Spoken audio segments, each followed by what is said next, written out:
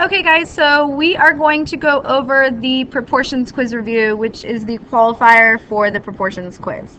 So the first question here is number 1, which of the following is not a proportion? So this is asking not, so I'm going to highlight that keyword. So to figure out which one is not a proportion, I'm going to take my calculator and I'm going to cross multiply all of these cross products. And the one that does not have the same cross products is going to be the one that is not proportional.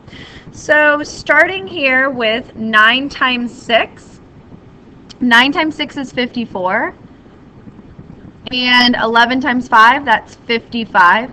So 55 does not equal 54, so this is not proportional. Let's go ahead and verify why B, C, and D are proportional. So again, I'm going to cross multiply. So 8 times 6 is 48, and 12 times 4 is also 48. So these are proportional. Letter C, 9 times 7 is 63. And 21 times 3 is 63. So these two ratios are proportional. Lastly, again, remember you can use a calculator if you can't do mental math. 125 times 3 is 375. And 75 times 5 is 375. So again, since these cross products are the same, these are proportional. So the correct answer for number 1 is A, because it is not proportional. So we would circle A down here as well. Okay, let's go ahead and move on to number 2 here. So number 2. What is the solution to the following proportion? So I'm going to underline solution. So this one's asking me to find x. So I'm going to use the same process of cross multiplying, but this time I'm going to cross multiply and set up an equation to find x. So 2 times x is 2x. And 11 times 8 is 88. So 2x equals 88. What I can see here is this is a one-step equation. So the opposite of multiplying is dividing. So I'm going to divide each side by 2, and I'm going to find that x equals 44. Again, you can use a calculator. So the correct, excuse me guys, the correct answer is 44, which is the third one down here. So when you're trying to find the missing variable with 2 equal ratios, you cross multiply, set up an equation, and then solve using inverse operations. So now we've got a word problem, so I'm going to highlight keywords so I can identify what is it exactly that I am comparing. So number 3, 6 pounds of fertilizer cover 1,000 square feet of lawn. How many pounds of fertilizer would be needed to cover a 6,600 square foot lawn? So I went ahead and highlighted keywords, and I can see that I'm comparing pounds, P for pounds, to F for fertilizer. So 6 pounds of fertilizer covers 1,000 square feet. Oh, sorry, I shouldn't say F for fertilizer. I am comparing pounds of fertilizer to square feet. So 6 pounds of fertilizer covers 1,000 square feet. And so this question is saying how many pounds, so X for pounds, the fertilizer would be needed to cover 6,600 square feet. So the reason why I use a verbal model is because this tells me where to put my values. My pounds of fertilizer are going to go in the numerator, and my square feet are going to go in the denominator. So now I've set up the proportion. Now I just need to cross multiply. So 1,000 times x is 1,000x. And then 6,000 times 6, remember you can, 6,600 times 6, remember you can use a calculator, is 39,600. So I'm going to go ahead and write that down. And then the last step would be to isolate x. So to isolate x, I'm going to divide each side by 1,000, because that's the opposite of multiplying.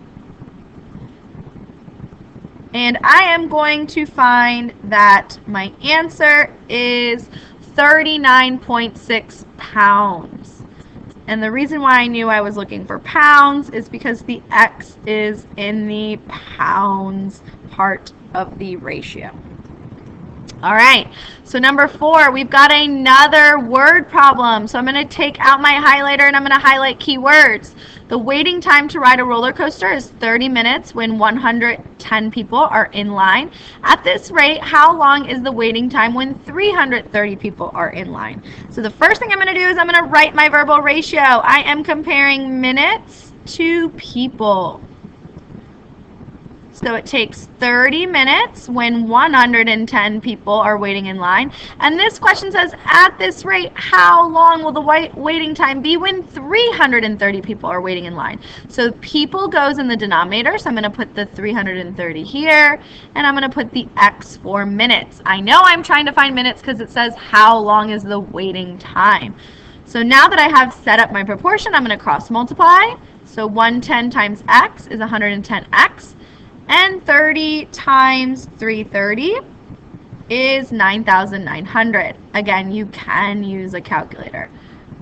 So I have 110x equals 9,900. So to isolate x, I'm going to do the opposite of multiplying, which is dividing each side by 110.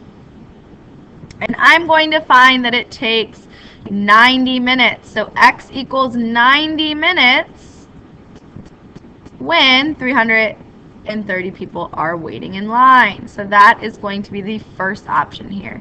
Well, it makes sense that if there's more people waiting, that it's going to take longer time. All right, next question. And I believe the last question. Woohoo! Number 5, another word problem. So I am again going to take out my handy dandy highlighter. So the ratio of children to adults at a movie was 6 to 10. There were 40 adults at the movie. Which proportion below could be used to determine the number of children at the movie? So highlighting keywords helps me identify what is it that I'm comparing. So I'm comparing children to adults, C for children, A for adults.